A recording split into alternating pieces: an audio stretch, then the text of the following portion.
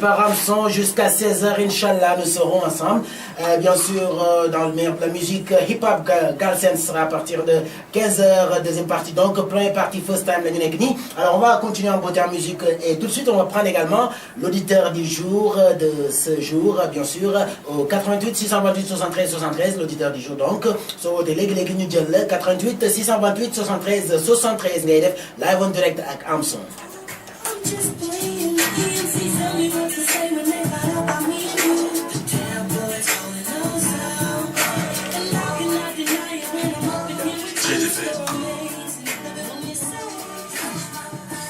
Chers amis téléspectateurs, nuyu naa leen ziar naa leen encore de plus yéen a ngi seen émission mon animateur préféré tey nag qui sera l'invité d'aujourd'hui xam nga yàgg naa ko wax naan la qui sera l'invité d'aujourd'hui tey dama ne la émission la boo xamante ni bii dëgg la émission la boo xamante ni bii c'est une émission pas tout à fait comme les autres spéciale émission avec DJ Hamson nag boo ko déggee am na rajo boo leen ko doon dégg mais tey mi ngi fii tan ci Traite FM la rajo des affaires et de la consommation noonu lañ ko waxee du ma def lu dul dugg ak moom ci waxtaan bi direct parce que gars yi nee na ñoom dañoo soxla question réponse quoi dañoo am lu ñu bëgg xam ci DJ Hamson léegi du ma def lu dul dugg ci question yi direct Hamson. mon frère. du ma def lu dul nuyu la. jaajëf fay naa la bu baax. waaw gis naa ni nga ma dalalee ci studio bi naat na trop. merci beaucoup yow la. encore de plus dañ lay béggee di la ziar di la wax tamit merci beaucoup encore de plus. jaajëf. ok di la nuyu tamit di la wax ne tey yaa ngi sa émission. mon animateur préféré avec votre animateur DJ Hamson. jaajëf moi aussi c'est un plaisir pour moi. me recevoir leen fii vraiment. dëgg la kontaan naa ci choix bi ngeen def ci man bu baax. ok Hamson avant tout dama lay bàyyi nga présenté wu parce que tey gars yi ñu ngi lay seetaan ci à travers www.carrapide.com néew ma Sénégal mais tey ñëpp ñu ngi lay seetaan àdduna yëpp ñu ngi lay seetaan. dëgg la lan nga leen di présenté woo sa présentation. voilà merci Junior donc c'est Hamson de mon vrai nom je m'appelle Amadou Dia donc Dia Amadou comme tous les Sénégalais xam nañ ni Dia c'est un Toucouleur je suis Halpulaar je suis de Wakam maa ngi juddoo Wakam yaroo foofu màggee foofu jàngee foofu école donc ba day ni ma day nii alors donc voilà c'est ça Amadou Dia mais Hamson aussi ci présentation bi il faut ñu dugal ko parce que Hamson c'est un Hamson animateur à la radio en même temps technicien. ok Hamson animateur en même temps mais man xam lu ma jaaxal. man animateur bu ma dem rek daf ma naan technicien la woon. dëgg la nekk animateur lu tax loolu. voilà man sama bopp laa xam. parce que man j'ai débuté mën naa wax ni étant technicien. en matière de radio parce que bien avant. bi may jàng sax dama doon def ay animation ci ngénte mariage comme tout animateur quoi presque Sénégal loolu laa débuté mais j'ai eu la chance ci bi ma nekkee ci animation yooyu noonu quand je faisais je crois bien troisième ma am chance su daje ak benn italien boo xam ni il faisait de la radio mais lui rajo bi mu doon def mooy technique radio tout ce qui est installation production montage et tout ma am chance su daje ak moom bi mu ñëwee Sénégal aussi man la njëkk a xam ñu commencé duggante ba nga xamante ni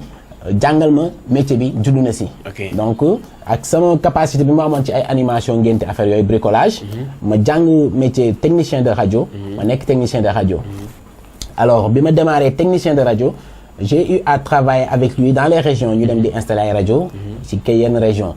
après région yooyu ñu ñëw nag am liggéey ci Parcelles Assainies à la radio Diapo FM donc j'étais le premier technicien bu mu fa ñëw mën naa wax donc man maa nekkoon ci studio de production Diapo FM mën naa wax ni fa laa dëkkoon parce que je faisais tout là-bas dama doon passer foofu la nuit maa ngi dëkkoon Wakam mais je travaillais là-bas donc dama daan wàcc di ñibbi ba benn instant sax wàccutuma di ñibbi damay toog weekend ba weekend ma ñibbi donc man mën naa wax ni ci studio bi laa dëkkoon quoi di gën a aussi perfectionner sama jàng ci italien boobu quoi alors ci noonu première animation rajo fa laa ko njëkk defee aussi quoi pour ma wax la cursus animation ak technicien bi alors bi ma nekkee ci technique bi foofu ba benn jour un dimanche yàgg naa nag animé quoi peut-être xëy na dinañ ci ñëw ci waxtaan bi ma toog ci studio bi di def animation comme un animateur bu nekk si rajo di animé bi ma toogee di animé ndakati directeur bi mi ngi taxaw à la porte di ma déglu man rek maa nekkoon si studio production bi di wax di animé di dédicace comme ku nekk en direct ba ni merci on se retrouve demain mu bi buntu bi ne ma mon vieux maa ngi koy ñaanal parce que yàlla dafa décédé daaw la décédé il s'appelait Omar Diaw un ancien de la RTS mu ne ma est-ce que tu sais Am que yow tu fais mieux que des gens qui sont là ma ne ko non monsieur le directeur mu ne ma si tu veux animer ma ne ko bien sûr mu ne ma d'accord alors ci laa la dem xoolaat page yi comment on l'appelle programmation bi ba mu intégré ma ci animation bi ma ñëwee aussi à l'animation le premier jour bi ma waree animer je me rappelle très bien il y avait Mahou DJ Mahou de Soxna FM moom moo ma précédé woon mu pare annoncé ma Amson il va animer aujourd'hui Amson technicien bi ngeen di dégg il va animer mu précédé ma avant muy génn aussi mu dicté ma tuuti quoi wax ma nii ak nii ak nii en tant que grand frère je le salue au passage c'est un grand vraiment qui est noble quoi mu wax ma li may def et tout ma toog première animation beaucoup de gens ont apprécié ñu bëri di woote di apprécier le lendemain waa ji woowaat ma le directeur monsieur Diaw ne ma yow moom désormais je te donne 7 heures mais dinaa xool yan laa ciy dolli xam nga wax naa le technicien la animateur mais yemuma si rek man en matière de radio je fais tout li may gis nii je m'implique dans le journal waa rédaction bi fi nekk nii mën nañ ko seede damay def dama leen di utal ay papier malgré du ma ko wax ci defaguma benn reportage fii nii ma nekk nii mais xëy na defoon naa ko feneen dama leen di créer ay papier international bindal leen ay chapeau comme rédaction yi ni ñuy def ñoom dañuy corriger gars parce que aussi comme je suis pas journaliste mais dinaa génne l'aspect carrément ñoom ñu corriger ko defaraat ko en même temps je m'implique beaucoup ci côté desk sport fii aussi xëy na yàggaguma fi defaguma ko mais rajo bi ma jógee nii ak yeneen yi ma jógee damaa def ay reportage sport di def ay commentaires di dem stade di commenter ay match pas récemment avant que may ñëw fii Sénégal avant Sénégal Côte d'Ivoire je sais plus c'était quel match man maa def reportage bi carrément ci beneen rajo bu ma nekkoon maa ko def ba mu jeex donc pour vous dire que ni yemuma kese ci animation bii nii dama doon participer aussi ci ay débats yoo xamante ni c'est les grands journalistes de sama yeneen rajo yi ma nekkoon ñoom ñoo koy mener mais damay ñëw di participer il y a beaucoup d'auditeurs qui peuvent confirmer ça xëy na aussi du loo xamante ni sama ngóora la wala dara xëy na aussi persévérance ak jàppale bi ma ñooñu jàppale ak confiance bi ñu am si man moom moo tax man en rajo ma ni la je peux faire tout. Mais deuxième partie live en direct toujours avec beaucoup d'auditeurs ci 88 628 73 73 alors aujourd'hui spécial One Mix naa la wax lu tax.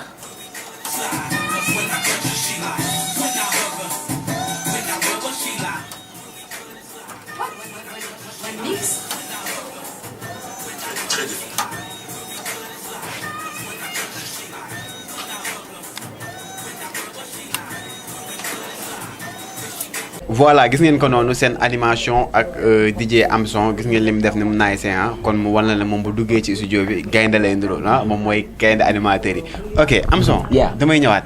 parce que bi ma dugg see tey ci studio bi dama fekk nga teg café gu ànd ak dose café goo xam ne amul sax suukar justement lu waral loolu waaw en fait man le café d'abord avec les auditeurs laay njëkk a expliquer parce que aussi One Mix en fait yeneen émission mu doon def tuddul woon One Mix mais c'est toujours dans le cadre de One Mix parce que y avait number one mix donc ma ñëw ci benn rajo ma tuddee ko One Mix One Mix mais particularité One Mix ci rajo boobu noonu c'était le café quoi parce que boo xoolee sama premier auditeur yi dama doon dugg rek ku dugg rek dama lay tooñ la tu es venu avec quoi avec du café ba nga xamante ni sax da ci dem ba ci ñu bëri dañ ma doon indil café dañ may indil café ci studio bi soit ñu indil ma sachet café am na sax ku ma mës a indil thermos café café Touba ñoom ñëpp ma leen di remercier bu baax a baax ci gestes yooyu ñu doon def donc man café dama koo bëgg léegi nag maa ko amoon benn femme lañ koy wax ci olof benn astuce ma inclure ko ci biir émission bi pour mu gën a neexal émission bi malgré bëgg naa café mais aussi café bi souvent gars dañ may tooñ am naa nagoo café wala ana café bi loolu moom moo doon tax quoi. Alors toujours live en direct cette émission One Mix ngay get am son boo wootee ñu jël 88 628 73 73 allo jaajëf waay boo ko waxee ma xam ko nag Mika c'est un frère yow da nga daw temps yi Mika qu'est-ce qui se passe Mika lu xew lan la wax ñu waaw yaa ngi koy suivre en dëggantaan mais lépp jàmm jaajëf naka yaraax jaajëf Mika kontaan nañ ci appel bi bu baax. Amson dafa mel ni dafa xaw a sàcc film bi quoi parce que biir waxtaan nee na ma café gi expliqué ma café gi ba pare mais nee na ma rajo bi ma nekkoon mais bëggul wax rajo bi mu nekkoon quoi léegi buñ ñëwee. En parlant de rajo yaa ko wax de. man waxuma kon yaa ma indi. waaw buñ ñëwee ci rajo bi nga nekkoon. muy Sopi FM. 99.6.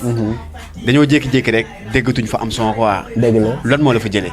waaw au fait bi may wax rajo bi ma nekkoon. c'est pas parce que dama doon bañ a citer tur bi. tur Sopi FM. wala tur Jàppo FM wala tur Première wala Seneinfo yi ma jaar non non non. Sopi FM laa mujj nekk avant ma ñëw Trade FM. li ma fa jëlee bon je pense que dans toute entreprise aussi toute entreprise dañuy jékki-jékki am ay restructuration. alors moi je pense que rajo boobu man si ñi ko démarré laa bokk. mën naa la wax ni bu ñuy entamé propos yi interview bi newoon naa la moi je suis un technicien. donc tout ce qui était installation technique là-bas maa ko def man en personne am son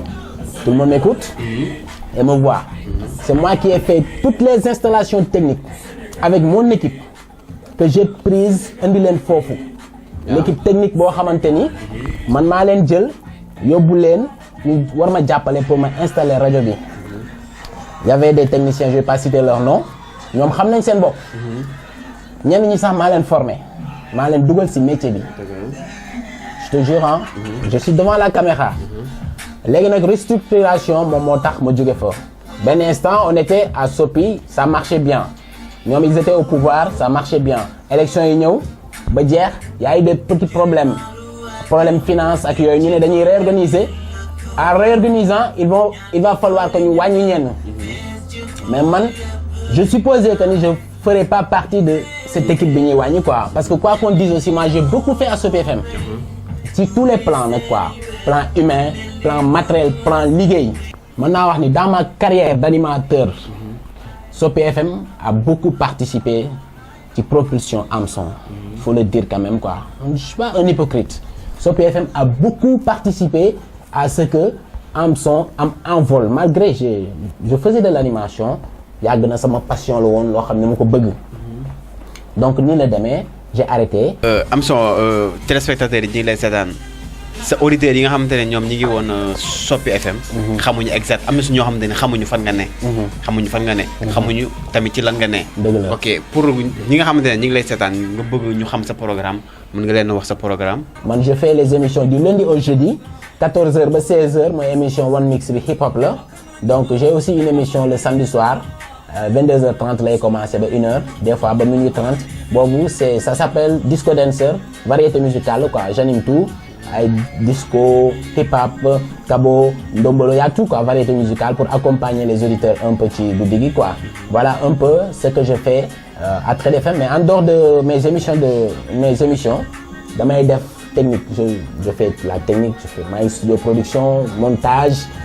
tout et tout daal côté technique bi moom j'assure beaucoup de choses. ok juste pour vous rappeler que yéen a ngi seen émission mon animateur préféré ak DJ Amson. je me préfère vous. Amson est-ce que duma la bàyyiwaat ci animation bi. bu leen neexee comme ça ñu jël ay auditeurs. voilà après ñu ñëwaat ci parce qu'il y a beaucoup d'auditeurs yi signalé woon ah. ok. One Mix ngay gët ak Amson am na ku teew bismillah. siyaar nañ la. yaa ngi jàmm. jaajëfate naka waa Pikine. wala yaa ngi jëppal dama dégg naa damay wax jëppal ndekete yaa ngi woon Pikine quoi. yaa ngi jëppal. siyaar nañ la bu baax. mais maam Jaara bi ma xamul moom danaan ree rek day ñëw école di ree rek ak a tapeto nag mburu yooyu ñu naan indi pinton dañ koy nangu rek.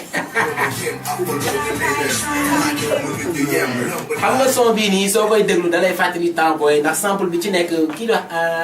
Shine Like You c'est vers les années 93 affaire yooyu quoi temps yooyu noonu genre junior yi nii attention bu ñu demande petit camp nii non moytu leen de ay latéraux yu saf lañu woon ku romb rek ñu damm la. voilà tey dama fi am ñaari sister yoo xamante ne bi ñoom ñoo bokkoo ci formation Amson ñoo xamante ne bi Amson bi mu commencé ba tey ñoom ñoo koy jàppale ndax dañ daan bëri ko ci mbàttal pousse mu dem ñàkk pousse mu dem kon nañ si teg suñu loxo ndax ñi ne ñi ko yóbbu si lañ bokk kon mën naa ne tey bu Amson tollee fii nii ñii si ginnaaw ñoom ñoo ko waral quoi léegi du ma def lu dul dékk leen sama micro ñu wax li nga xamante ne bi relation bi nga xamante ne moom lañ am ak DJ Amson kenn ki elle se nomme tout simplement Système Mia moom laay jox mu ubbi débat bi Mia nuyu naa la dama lay jox micro bi nga waxal ma ci Amson loo xamante ne li nga xamante ne moom nga xam ci moom ak yan relation nga am ak moom. maa ngi leen di nuyu waa carrapide.com ça maa ngi leen nuyu yéen ñëpp di leen sant di leen gërëm ci jàppale bi ngeen di jàppale Amson d'abord man li ma xam ci fi ma xamee Amson mooy Jàpp FM bi ma koy dégg muy animé mu neex ma trop ko am neex ma xool liggéeyam tamit mu set 96 avec bien sûr la très belle voix de Métaphore allo professionnalisme la koy defee moo tax ma jàpp xam na animateur yu bëri mais man li ma mel ci moom meluma ko ci benn animateur me semble que tes te am dafa baax dafa yaatal boppam jël ñu ubbi dafa ouverte daal boole ñu ci boppam buy def benn affaire il faut mu woo ma wala mu woo Kumba Cissé laaj ma léegi lii laa bëgg a def bu naa see ma ne ko lii laa def te lu ma ko wax loolu lay en direct avec waa carapit.com dafa baax amul benn problème ak ñun conseil bi ma koy jox ne bu ko defee dina gën a yokk mu gën a kii mu yokk góorgóorlu rek gën a góorgóorlu gën a gëm liggéeyam bañ a déglu ay nit parce que àdduna bi dafa nekk loo xam foo gisee ku baax gis nga ko bon bu mu xool kenn bu mu déglu na toppatoo liggéeyam fonk ay parents am tamit dëgg la lépp dina baax